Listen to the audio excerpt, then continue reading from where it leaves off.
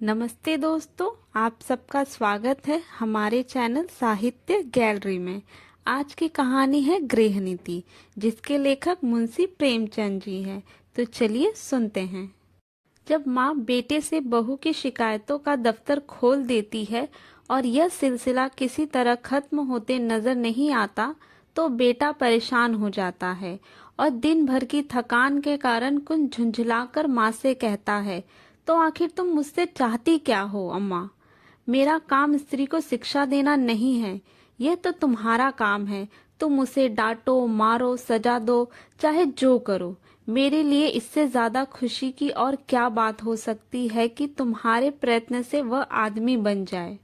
मुझसे मत कहो कि उसे सलीका नहीं है, तमीज नहीं है, बेअदब है। उसे डांट कर सिखाओ। माँ: वाह, मुंह से बात निकालने तो देती नहीं, डांटू तो मुझे ही नोच खाए। उसके सामने अपनी आबरू बचाती फिरती हूँ कि किसी के मुंह पर मुझे कोई अनुचित शब्द ना कह बैठे। बेटा: तो फिर इसमें मेरी क्या खता है? मैं तो उसे सिखा नहीं देता कि तुमसे बेअदबी करे।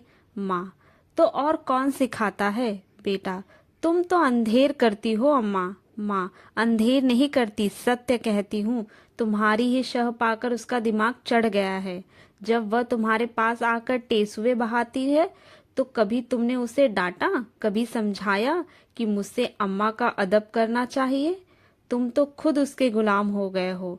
वह भी समझती है मेरा पति कमाता है, फिर मैं क्यों ना रानी बनूं, क्यों किसी से दबूं? मर्द जब तक सह ना दे, औरत का इतना गुर्दा हो ही नहीं सकता। बेटा: तो क्या मैं उससे कह दूं कि मैं कुछ नहीं कमाता, बिल्कुल निकट्ठू हूँ? क्या तुम समझती हो तब तक मुझे जलील ना समझेगी? हर एक पुरुष चाहता है कि उसकी स्त्री उसे कमाऊ, योग्य, तेजस्वी समझे, और सामान्यतः वह जितना है उससे बढ़कर अपने को दिखाता है। मैंने कभी नादानी नहीं की, कभी स्त्री के सामने डिंग नहीं मारी, लेकिन स्त्री की दृष्टि में अपना सम्मान खोना तो कोई भी ना चाहेगा। माँ: तुम कान लगाकर, ध्यान देकर और मीठी मुस्कान के साथ उसकी बातें सुनोगे तो क्या वह शेर नहीं बनेगी? तुम खुद चाहते हो कि स्त्री के हाथों मेरा अपमान कराओ। मालूम नहीं मेरे किन पापों का तुम मुझे दंड दे रहे हो। किन अरमानों से कैसे कैसे कष्ट झेलकर मैंने तुम्हें पाला। खुद नहीं पहना, तुम्हें पहनाया। खुद नहीं खाया, तुम्हें खिलाया। मेरे लिए तुम उस मरने वाली की निशानी थे और मेरी सारी अभिलाषाओं का केंद्र। तुम्हारी शिक्षा पर मैंने अपने हजारों के आभूषण होम कर दिए। विधवा के पास दूसरी कौन सी निधि थी? इसका तुम मुझे यह पुरस्कार दे रहे हो? बेटा: मेरी समझ में नहीं आता कि आप मुझसे चाहती क्या हैं। आपके उपकारों को मैं कब मेट कर सकता हूँ? आपने मुझे केवल शिक्षा ही नहीं दिलाई, मुझे जीवन दान दिया, मेरी सृष्टि की। अपने गहने ही नहीं होम किए, अपना रक्त तक पिलाया। अगर मैं 100 बार अवतार लूँ तो भी इसका बदला नहीं चुका सकता। मैं अपनी जान में आपकी इच्छा के विरुद्ध कोई काम नहीं करता। यथासाध्य है आपकी सेवा में कोई बात उठा नहीं रखता। जो कुछ पाता हूँ लाकर आपके हाथों पर रख देता हूँ। और मुझसे क्या चाहती हैं? और मैं कर ही क्या सकता हूँ? ईश्वर ने हमें तथा आपको और सारे संसार को पैदा किया, उसका हम उसे क्या बदला देते हैं? क्या बदला दे सकते हैं? उसका नाम भी तो नहीं लेते, उसका यश भी तो नहीं गाते। इससे क्या उसके उपकार का भार कुछ कम हो जाता है? माँ के बलिदानों का प्रतिशोध कोई बेटा नहीं कर सकता, चाहे वो भूमंडल का स्वामी ही क्यों ना हो। ज्यादा से ज्यादा मैं आपकी दिलजोगी कर सकता हूँ, और मुझे याद नहीं आता कि मैंने कभी आपको असंतुष्ट किया हो। माँ: तुम मेरी दिलजोई करते हो। तुम्हारे घर में मैं इस तरह रहती हूँ जैसे कोई लौंडी। तुम्हारी बीवी कभी मेरी बात भी नहीं पूछती। मैं भी कभी बहू थी, रात को घंटे भर सास की देह दबाकर, उनके सिर में तेल डालकर, उन्हें दूध पिलाकर तब बिस्तर पर जाती थी। तुम्हारी स्त्री 9 बजे अपनी किताबें लेकर अपनी कमरे में चली जाती है, दोनों खिड़कियां खोल लेती हैं और मजे से हवा खाती है। मैं मरूं या जीऊं, उससे उसे कोई मतलब नहीं। इसलिए मैंने पाला था। बेटा: तुमने मुझे पाला था तो ये सारी सेवा मुझसे लेनी चाहिए थी, मगर तुमने मुझसे कभी नहीं कहा। मेरे अन्य मित्र भी हैं, उनमें भी मैं किसी को माँ की देह में मुक्कियां लगाते नहीं देखता। आप मेरे कर्तव्य का भार मेरी स्त्री पर क्यों डालती हैं? यो अगर वह आपकी सेवा करे तो मुझसे ज्यादा प्रसन्न और कोई ना होगा। मेरी आंखों में उसकी इज्जत दूनी हो जाएगी। शायद उससे और ज्यादा प्रेम करने लगूं। लेकिन अगर वह आपकी सेवा नहीं करती तो आपको उससे अप्रसन्न होने का कोई कारण नहीं है। शायद उसकी जगह मैं होता तो मैं भी ऐसा ही करता। सास मुझे अपनी लड़की की तरह प्यार करती तो मैं उसके तलवे सहलाता। इसलिए नहीं कि वह मेरे पति की माँ है, बल्कि इसलिए कि वह मुझसे मातृवत स्नेह करती। मगर मुझे खुद यह बुरा लगता है कि बहू सास के पांव दबाए। कुछ दिन पहले स्त्रियां पति के पांव दबाती थी। आज भी उस प्रथा का लोप नहीं हुआ है। लेकिन मेरी पत्नी मेरे पांव दबाए तो मुझे बिल्कुल अच्छा नहीं लगेगा। मैं उससे कोई ऐसी खिदमत नहीं कराना चाहता जो मैं उसकी ना कर सकूं। यह रस्म उस जमाने की यादगार है जब स्त्री पति की लौंडी समझी जाती थी। अब पत्नी और पति दोनों बराबर हैं। कम से कम मैं ऐसा ही समझता हूँ। माँ, तो मैं कहती हूँ कि तुम्ही ने उसे ऐसी ऐसी बातें पढ़ाकर शेर कर दिया है। तुम ही मुझसे बैर साध रहे हो। ऐसी निर्लज्ज, ऐसी बदजबान, ऐसी टर्री फूहर छोकरी संसार में ना होगी। घर में अक्सर मोहल्ले की बहनें मिलने आती रहती हैं। यह राजा की बेटी ना जाने किन गवारों में पली है कि किसी का भी आदर सत्कार नहीं करती, कमरे से निकलती तक नहीं। कभी कभी जब वे खुद उसके कमरे में चली जाती हैं तो भी यह गधी चारपाई से नहीं उठती, प्रणाम तक नहीं करती। चरण छूना तो दूर की बात है। बेटा, यह देवियां तुमसे मिलने आती होंगी। तुम्हारे और उनके बीच ना जाने क्या बातें होती हों। अगर तुम्हारी बहू बीच में आ कूदे तो मैं उसे बदतमीज कहूंगा। कम से कम मैं तो कभी पसंद ना करूंगा कि जब मैं अपने मित्रों से बातें कर रहा हूँ तो तुम या तुम्हारी बहू वहां आकर खड़ी हो। स्त्री भी अपनी सहेलियों के साथ बैठी हो तो मैं वहां बिना बुलाए न जाऊंगा। यह तो आजकल का शिष्टाचार है। तुम तो हर बात में उसी का पक्ष करते हो बेटा। न जाने उसने कौन सी जड़ी सुंघा दी है। यह कौन कहता है कि वह हम लोगों के बीच में आ कूदे, लेकिन बड़ों का उसे कुछ तो आदर सत्कार करना चाहिए। बेटा, किस तरह? माँ, आकर आंचल से उसके चरण छुए, प्रणाम करे, पान खिलाए, पंखा झले। इन्हीं बातों से बहू का आदर होता है। लोग उसकी प्रशंसा करते हैं। नहीं तो सबकी सब यही कहेंगी कि बहू को बहुत घमंड हो गया है, किसी से सीधे मुंह बात तक नहीं करती। बेटा, विचार करके, हाँ, यह अवश्य उसका दोष है। मैं उसे समझा दूंगा। माँ प्रसन्न होकर, तुमसे सच कहती हूँ बेटा, चार पाई से उठती तक नहीं। सब औरतें झूड़ी झूड़ी करती हैं, मगर उसे तो शर्म जैसे छू ही नहीं गई। और मैं हूँ कि मारे शर्म के मरी जाती हूँ। बेटा, यही मेरी समझ में नहीं आता कि तुम हर बात में अपने को उसके कर्मों की जिम्मेदार क्यों समझ लेती हो। मुझ पर दफ्तर में ना जाने कितनी कुड़ियां होती हैं। रोज ही तो जवाब तलब होता है, लेकिन तुम्हें उल्टे मेरे साथ सहानुभूति होती है। क्या तुम समझती हो अफसरों को मुझसे कोई बैर है जो अनायास ही मेरे पीछे पड़े रहते हैं, या उन्हें उम्दा है जो अकारण ही मुझे काटने दौड़ते हैं? नहीं, इसका कारण यही है कि मैं अपने काम में चौकस नहीं हूँ। गलतियां करता हूँ, सुस्ती करता हूँ, लापरवाही करता हूँ। जहां अफसर सामने से हटा कि लगे समाचार पढ़ने या ताश खेलने, क्या उस वक्त हमें यह ख्याल नहीं रहता कि काम पड़ा हुआ है और यह साहब डांट ही तो बताएंगे। सिर झुकाकर सुन लेंगे, बाधा टल जाएगी। पर ताश खेलने का अवसर नहीं है। लेकिन कौन परवाह करता है। सोचते हैं तुम मुझे दोषी समझकर भी मेरा पक्ष लेती हो, और तुम्हारा बस चले तो हमारे बड़े बाबू को मुझसे जवाब तलब करने के अभियोग में काले पानी की सजा दे दो। माँ खिलकर, मेरे लड़के को कोई सजा देगा तो क्या मैं पान फूल से उसकी पूजा करूंगी? बेटा, हर एक बेटा अपनी माता से इसी तरह का कृपा की आशा करता है, और सभी माताएं अपने लड़कों के ऐबों पर पर्दा डालती हैं।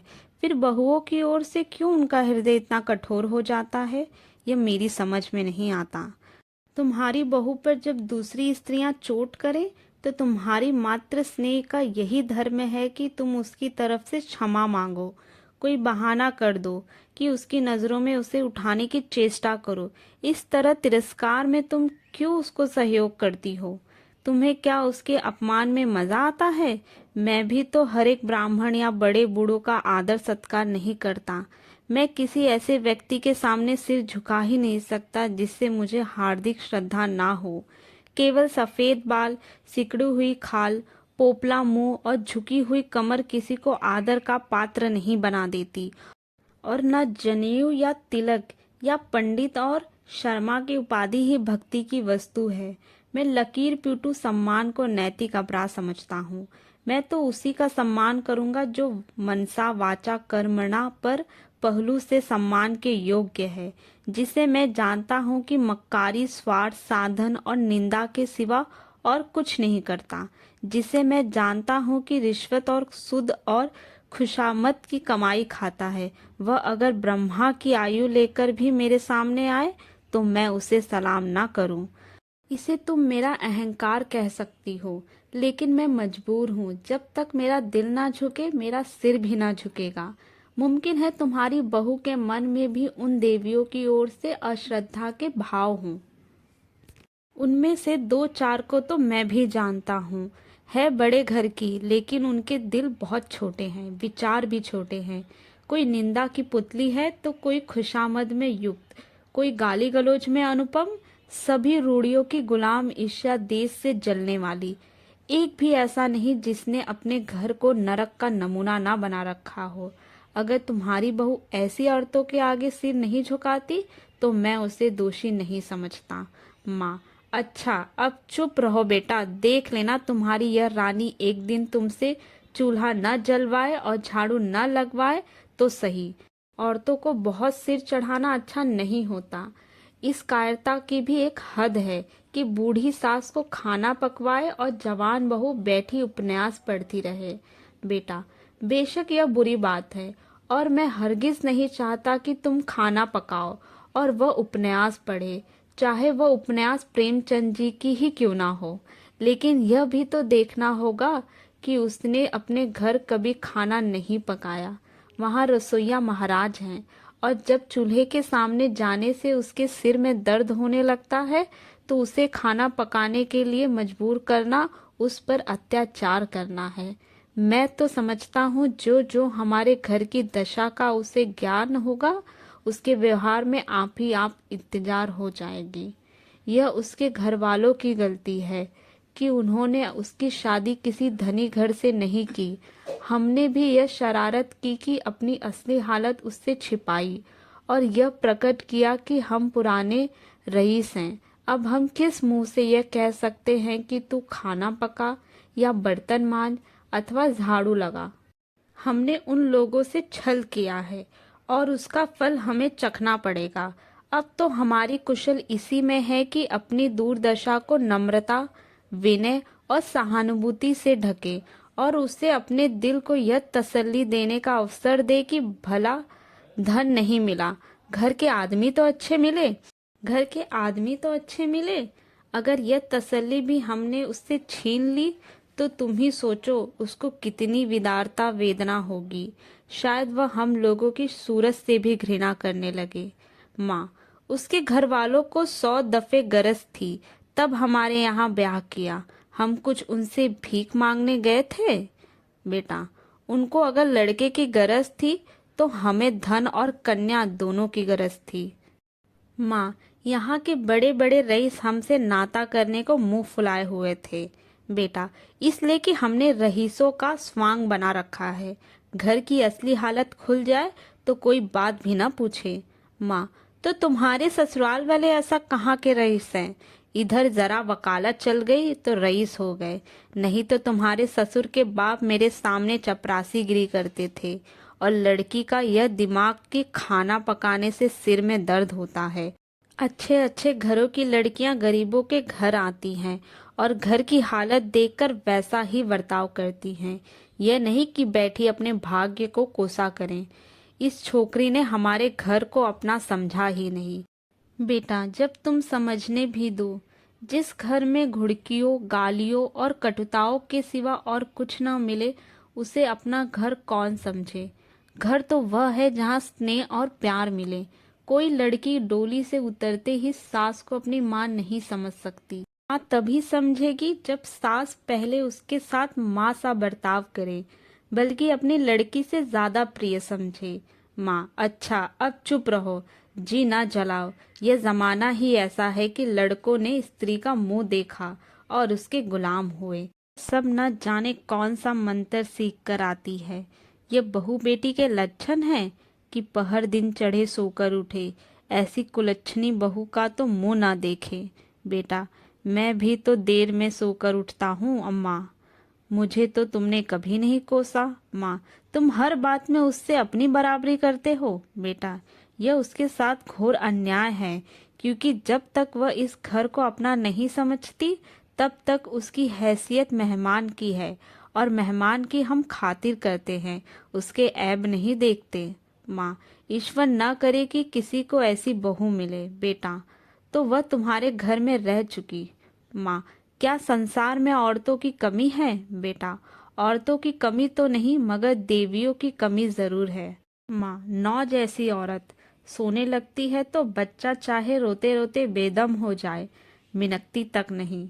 फूल सा बच्चा लेकर मैके गई थी, 3 महीने में लौटी तो बच्चा आधा भी नहीं है। बेटा, तो क्या मैं यह मान लूं कि तुम्हें उसके लड़के से जितना प्रेम है उतना उसे नहीं है? यह तो प्रकृति के नियम के विरुद्ध है। और मान लो वह निर्मोहिनी ही है, तो यह उसका दोष है? तुम क्यों उसकी जिम्मेदारी अपने सिर लेती हो? उसे पूरी स्वतंत्रता है, जैसे चाहे अपने बच्चे को पाले।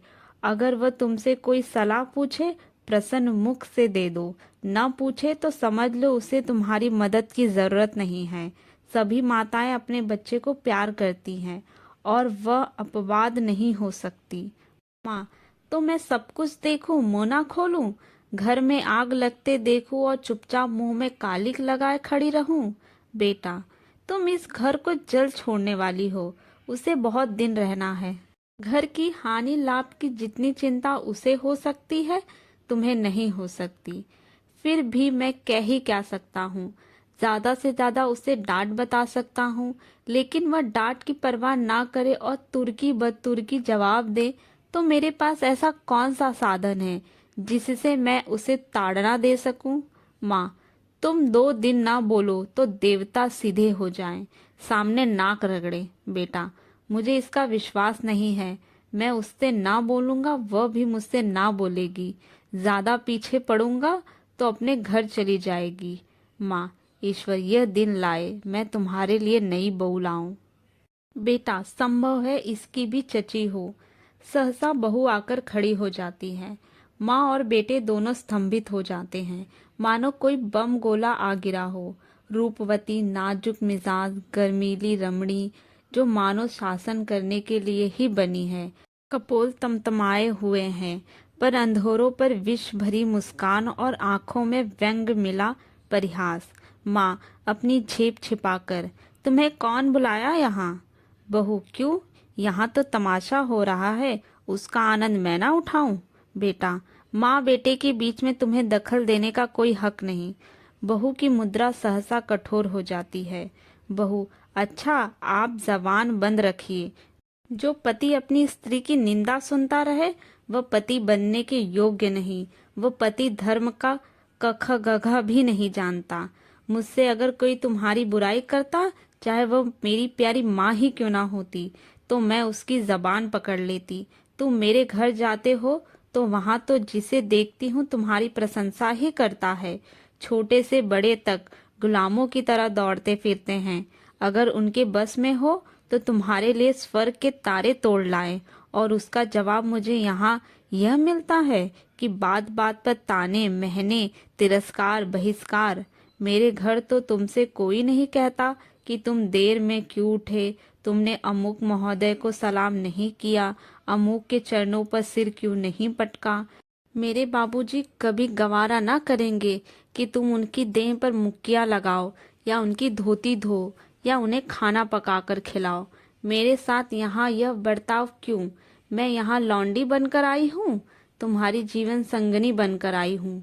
मगर जीवन संगनी का यह अर्थ तो नहीं कि तुम मेरे ऊपर सवार होकर मुझे जलाओ। यह मेरा काम है कि जिस तरह चाहूं तुम्हारे साथ अपने कर्तव्य का पालन करूं। उसकी प्रेरणा मेरी आत्मा से होनी चाहिए, ताड़ना या तिरस्कार से नहीं। अगर कोई मुझे कुछ सिखाना चाहता है तो माँ की तरह प्रेम से सिखाए, मैं सीखूंगी। लेकिन कोई जबरदस्ती मेरी छाती पर चढ़कर अमृत भी मेरे कंठ में ठुसाए तो मुझे बिल्कुल पसंद नहीं। मैं अब कब की इस घर को अपना समझ चुकी होती, अपनी सेवा और कर्तव्य का निश्चय कर चुकी होती, मगर यहाँ तो हर घड़ी हर पल मेरी देह में सुई चुभाकर मुझे याद दिलाया जाता है कि तू इस घर की लौंडी है, तेरा इस घर से कोई नाता नहीं, तू सिर्फ गुलामी करने के लिए यहाँ आई है। और मेरा खून खौलकर रह जाता है। अगर यही हाल रहा तो एक दिन तुम दोनों मेरी जान लेकर रहोगे। माँ, सुन रहे हो अपनी चहेती रानी की बातें? वह यहाँ लौंडी बनकर नहीं, रानी बनकर आई है। हम दोनों उसकी टहल करने के लिए हैं। उसका काम हमारे ऊपर शासन करना है। उसे कोई कुछ काम करने कौन कहे, मैं खुद मरा करूं। और तुम उसकी बातें कान लगाकर सुनते हो। तुम्हारा मुंह कभी नहीं खुलता कि उसे डांटो या समझाओ, थर थर कांपते रहते हो। बेटा, अच्छा अम्मा, ठंडे दिल से सोचो। मैं इसकी बातें ना सुनूं तो कौन सुने? क्या तुम उसके साथ इतनी हमदर्दी भी नहीं देखना चाहती? आखिर बापूजी जीवित थे तब वह तुम्हारी बातें सुनते थे या नहीं? तुम्हें प्यार करते थे या नहीं? फिर मैं अपनी बीवी की बातें सुनता हूँ तो कौन सी नई बात करता हूँ, और इसमें तुम्हें बुरा क्यों लगता है? माँ, हाय बेटा, तुम अपनी स्त्री के सामने मेरा अपमान कर रहे हो। इसी दिन के लिए मैंने तुम्हें पाल पोस कर बड़ा किया था। क्यों मेरी छाती नहीं फट जाती? वह आंसू पोंछती आपे से बाहर कमरे से निकल जाती है। स्त्री पुरुष दोनों कौतुक भरी आंखों से उसे देखते हैं, जो बहुत जल्द हमदर्दी में बदल जाती है। पति, माँ का हृदय। स्त्री, माँ का हृदय नहीं, स्त्री का हृदय। पति अर्थात स्त्री, जो अंत तक पुरुष का सहारा चाहता है, स्नेह चाहता है, और उस पर किसी दूसरी स्त्री का असर देखकर ईर्ष्या से जल उठता है। पति, क्या पगली सी बातें करती हो? स्त्री, यथार्थ कहती हूँ। पति, तुम्हारा दृष्टिकोण बिल्कुल गलत है, और इसका तजर्बा तुम्हें तब होगा जब तुम खुद सास होगी। स्त्री, मुझे सास बनना ही नहीं है। लड़का अपने हाथ पांव हो जाए, ब्याह करे और अपना घर संभाले, मुझे बहू से क्या सरोकार। पति, तुम्हें यह अरमान बिल्कुल नहीं है कि तुम्हारा लड़का योग्य हो, तुम्हारी बहू लक्ष्मी हो, और दोनों का जीवन सुख से कटे? स्त्री, क्या मैं माँ नहीं हूँ? पति, माँ और सास में क्या कोई अंतर है? स्त्री, उतना ही जितना जमीन और आसमान में है। माँ प्यार करती है, सास शासन करती है। कितनी ही दयालु, सहनशील, सतोगुणी स्त्री हो, सास बनते ही मानो ब्याही हुई गाय हो गई हो। जिसे पुत्र से जितना ही ज्यादा प्रेम है, वो बहू पर उतनी ही निर्दयता से शासन करती है। मुझे भी अपने ऊपर विश्वास नहीं है। अधिकार पाकर किसे मद नहीं हो जाता। मैंने तय कर लिया है, सास बनूंगी ही नहीं। औरत की गुलामी सासों के बल पर कायम है। जिस दिन सासें न रहेंगी, औरत की गुलामी का अंत हो जाएगा। पति, मेरा ख्याल है तुम जरा भी सहज बुद्धि से काम लो तो तुम अम्मा पर भी शासन कर सकती हो। तुमने हमारी बातें कुछ सुनी? स्त्री, बिना सुने ही मैंने समझ लिया कि क्या बातें हो रही होंगी। वही बहू का रोना। पति, नहीं नहीं, तुमने बिल्कुल गलत समझा। अम्मा के मिजाज में आज मैंने विस्मयकारी अंतर देखा, बिल्कुल अभूतपूर्व। आज वह जैसे अपनी कटुताओं पर लज्जित हो रही थी। हाँ, प्रत्यक्ष रूप से नहीं, संकेत कुछ रूप से। अब तक वह तुमसे इसलिए नाराज रहती थी कि तुम देर में उठती हो। अब शायद उन्हें यह चिंता हो रही है कि कहीं सवेरे उठने से तुम्हें ठंड न लग जाए। तुम्हारे लिए पानी गर्म करने को कह रही थी। स्त्री प्रसन्न होकर, सच? पति, हाँ, मुझे तो सुनकर आश्चर्य हुआ। स्त्री, तो अब मैं मुंह अंधेरे उठूंगी, ऐसी ठंड क्या लग जाएगी। लेकिन तुम मुझे चकमा तो नहीं दे रहे हो? पति, अब इस बदगुमानी का क्या इलाज? आदमी को कभी कभी अपने अन्याय पर खेद तो होता ही है। स्त्री, तुम्हारे मुंह में घी शक्कर। अब मैं गरज दम उठूंगी। वह बेचारी मेरे लिए क्यों पानी गर्म करेंगी, मैं खुद गर्म कर लूंगी। आदमी करना चाहे तो क्या नहीं कर सकता। पति, मुझे उनकी बात सुन सुनकर ऐसा लगता था जैसे किसी देवी आदेश ने उनकी आत्मा को जगा दिया हो। तुम्हारे अल्हड़पन और चपलता पर कितना भन्नाती थी। चाहती थी कि घर में कोई बड़ी बूढ़ी आ जाए तो तुम उसके चरण छुओ। लेकिन शायद अब उन्हें मालूम होने लगा है कि इस उम्र में सभी थोड़े बहुत अल्हड़ होते हैं। शायद उन्हें अपनी जवानी याद आ रही है। कहती थी यही तो शौक सिंगार, पहनने ओढ़ने, खाने खेलने के दिन थे। बुढ़ियों का तो दिन भर तांता लगा रहता है। कोई कहाँ तक उनके चरण छुए, और क्यों छुए, ऐसी कहाँ की बड़ी देवियां हैं। स्त्री, मुझे तो हर्षोन्माद हुआ चाहता है। पति, मुझे तो विश्वास ही नहीं आता था। स्वप्न देखने का संदेह हो रहा था। स्त्री, अब आई है राह पर। पति, कोई देवी प्रेरणा समझो। स्त्री, मैं कल से ठेठ बहू बन जाऊंगी। किसी को खबर भी ना होगी कि अब अपना मेकअप करती हूँ। सिनेमा के लिए भी सप्ताह में एक दिन काफी है। बूढ़ियों के पाँव छू लेने में ही क्या हरज है। वे देवियां ना सही, चुड़ैल ही सही, मुझे आशीर्वाद तो देंगी, मेरा गुण तो गावेंगी। पति, सिनेमा का तो उन्होंने नाम भी नहीं लिया। स्त्री, तुमको जो इसका शौक है अब तुम्हें भी ना जाने दूंगी। पति, लेकिन सोचो तुमने कितनी ऊंची शिक्षा पाई है, किस कुल की हो। इन खुसट बुढ़ियों के पाँव पर सिर रखना तुम्हें बिल्कुल शोभा न देगा। स्त्री, तो क्या ऊंची शिक्षा के यह मानी है कि हम दूसरों को नीचा समझे। बुढ़े कितने ही मूर्ख हों, लेकिन दुनिया का तजर्बा तो रखते हैं। कुल की प्रतिष्ठा भी नम्रता और सद्व्यवहार से होती है, हेकड़ी और रुखाई से नहीं। पति, मुझे तो यही ताज्जुब होता है कि इतनी जल्द इनकी काया पलट कैसे हो गई। अब इन्हें बहुओं का सास के पाँव दबाना या उनकी साड़ी धोना या उनकी देह में मुक्कियां लगाना बुरा लगने लगा है। कहती थी बहू कोई लौंडी थोड़े ही है कि बैठी सास का पाँव दबाए। स्त्री, मेरी कसम। पति, हाँ जी, सच कहता हूँ। और तो और अब वह तुम्हें खाना भी ना पकाने देंगी। कहती थी जब बहू के सिर में दर्द होता है तो क्यों उससे सताया जाए, कोई महाराज रख लो। स्त्री, फूली ना समाकर, मैं तो आकाश में उड़ी जा रही हूँ। ऐसी सास के तो चरण धो धो कर पिए। मगर तुमने पूछा नहीं अब तक तुम क्यों उसे मार मार कर हकीम बनाने पर तुली रहती थी।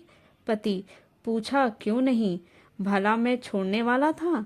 बोली मैं अच्छी हो गई थी। मैंने हमेशा खाना पकाया है, फिर वह क्यों ना पकाए। लेकिन अब उसकी समझ में आया है कि वह निर्धन बाप की बेटी थी। तुम प्रसन्न कुल की कन्या हो। स्त्री, अम्मा जी दिल की साफ है, इन्हें मैं क्षमा के योग्य समझती हूँ। जिस जलवायु में हम पलते हैं उसे एक बार की नहीं बदल सकते। जिन रूढ़ियों और परंपराओं में उनका जीवन बीता है उन्हें तुरंत त्याग देना उनके लिए कठिन है। वह क्यों कोई भी नहीं छोड़ सकता। वह तो फिर भी बहुत उदार है। तुम अभी महाराज मत रखो, खामखा जेरबार क्यों होंगे। जब तरक्की हो जाए तो महाराज रख लेना। अभी मैं खुद पका लिया करूंगी। 3-4 प्राणियों का खाना ही क्या, मेरी जात से कुछ अम्मा को आराम मिले। मैं जानती हूँ सब कुछ, लेकिन कोई रौब जमाना चाहे तो मुझे बुरा लगता है। पति, मगर यह तो मुझे बुरा लगेगा कि तुम रात को अम्मा के पाँव दबाने बैठो। स्त्री, बुरा लगने की कौन सी बात है। जब उन्हें मेरा इतना ख्याल है तो मुझे भी उनका लिहाज करना ही चाहिए। जिस दिन मैं उनके पाँव दबाने बैठूंगी वह मुझ पर प्राण देने लगेंगी। आखिर बहू बेटे का कुछ सुख उन्हें मिले। बड़ों की सेवा करने में ठेगी कैसी। बुरा तब लगता है जब वह शासन करते हैं, और अम्मा मुझसे पाँव दबवाएंगी थोड़े ही सेंत का यश मिलेगा। पति, अब तो अम्मा को तुम्हारी फजूल खर्ची भी बुरी नहीं लगती। कहती थी रुपए पैसे बहू के हाथ में दे दिया करो। स्त्री, चिढ़कर तो नहीं कहती थी। पति, नहीं नहीं, प्रेम से कह रही थी। उन्हें अब भय हो रहा है कि उनके हाथ में पैसे रहने से तुम्हें असुविधा होती होगी। तुम बार बार उनसे मांगती लजाती भी होगी और डरती भी होगी एवं तुम्हें अपनी जरूरतों को रोकना पड़ता होगा। स्त्री: ना भैया, मैं यह जंजाल अभी अपने सिर पर ना लूंगी। तुम्हारी थोड़ी सी तो आमदनी है, कहीं जल्दी से खर्च हो जाए तो महीना काटना मुश्किल हो जाए। थोड़े में निर्वाह करने की विद्या उन्हीं को आती है। मेरी ऐसी जरूरतें ही क्या है। मैं तो केवल अम्मा जी को चिढ़ाने के लिए उनसे बार बार रुपए मांगती थी। मेरे पास तो खुद 150 रुपए पड़े रहते हैं।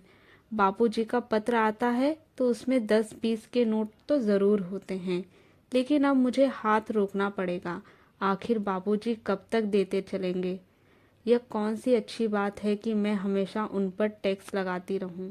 पति: देख लेना अम्मा अब तुम्हें कितना प्यार करती हैं। स्त्री: तुम भी देख लेना मैं उनकी कितनी सेवा करती हूँ। पति: मगर शुरू तो उन्होंने किया। स्त्री: केवल विचार में, व्यवहार में आरंभ मेरी ही ओर से होगा। भोजन पकाने का समय आ गया, चलती हूँ। आज कोई खास चीज तो नहीं खाओगे। पति: तुम्हारे हाथों की रूखी रोटियां भी पकवान का मजा देंगी। स्त्री: अब तुम नटखटी करने लगे। मुंशी प्रेमचंद जी की ये कहानी परिवार और गृहस्थ जीवन की उन जटिलताओं को उजागर करती है जिनसे हर व्यक्ति कभी ना कभी गुजरता है। मुंशी प्रेमचंद जी ने इस कहानी के माध्यम से गृहस्थ जीवन की नीतियों और जिम्मेदारियों को बड़ी ही सूक्ष्मता और वास्तविकता के साथ प्रस्तुत किया है। ऐसी ही हिंदी कहानियों के लिए आप हमारे चैनल साहित्य गैलरी को लाइक एंड सब्सक्राइब कर सकते हैं। धन्यवाद।